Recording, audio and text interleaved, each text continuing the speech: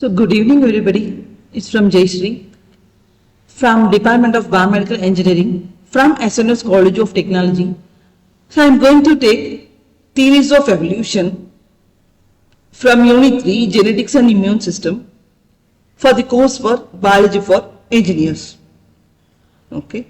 So let us see what are the various theories of evolution based on this cell theory.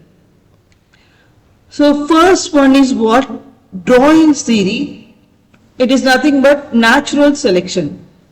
This variation exists in populations. Either it may be a cell type, either prokaryotic cell or eukaryotic cells. Depending on this population, this variation exists.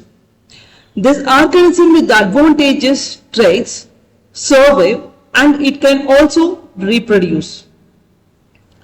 Over generations, and traits become common.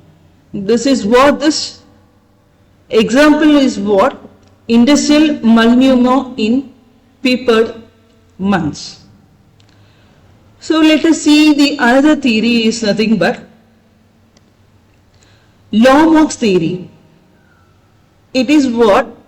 Inheritance of the acquired characteristics, which means that when the parent is having the particular character, the daughter or this reproducing cell is also going to the same character.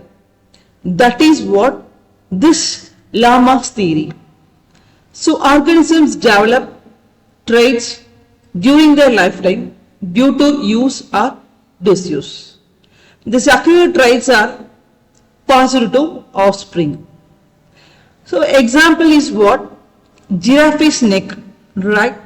Giraffe's neck lengthening from stretching from leaves. So limitations, that is what? Later developed acquired traits do not change DNA. And this is what this Lamarck's theory. So inheritance of acquired characteristics. So next one is what? Modern synthetic theory. So we already seen that Darwin's theory, it is for natural selection with the genetics. And next one we seen the theory is what? Lamarck's theory, which is used to going to combine this variation or it can acquire the characteristics from the parents. Similarly, the most modern synthetic theory combines Darwin's natural selection with genetics.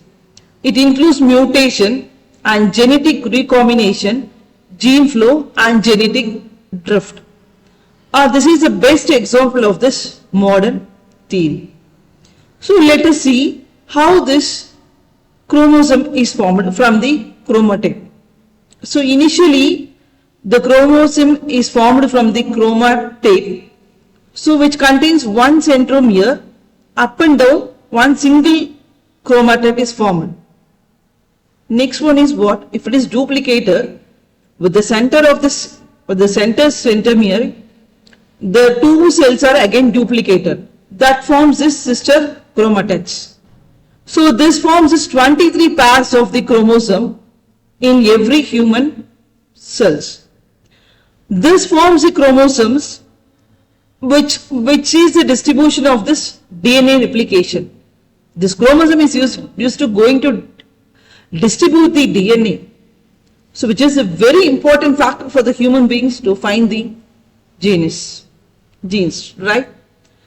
So this chromosome is used to going to distribute this DNA, which is mainly used to develop the daughter cell with the same number of nucleus. Next one is what? Eukaryotic cell type. This eukaryotic cell type is what? The cell grows and the DNA is replicated.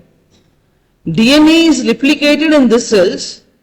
That is what this eukaryotic cell type. So mitotic cell division produce daughter cells which are identical to the parent. The timing of replication and the cell division is highly regulated.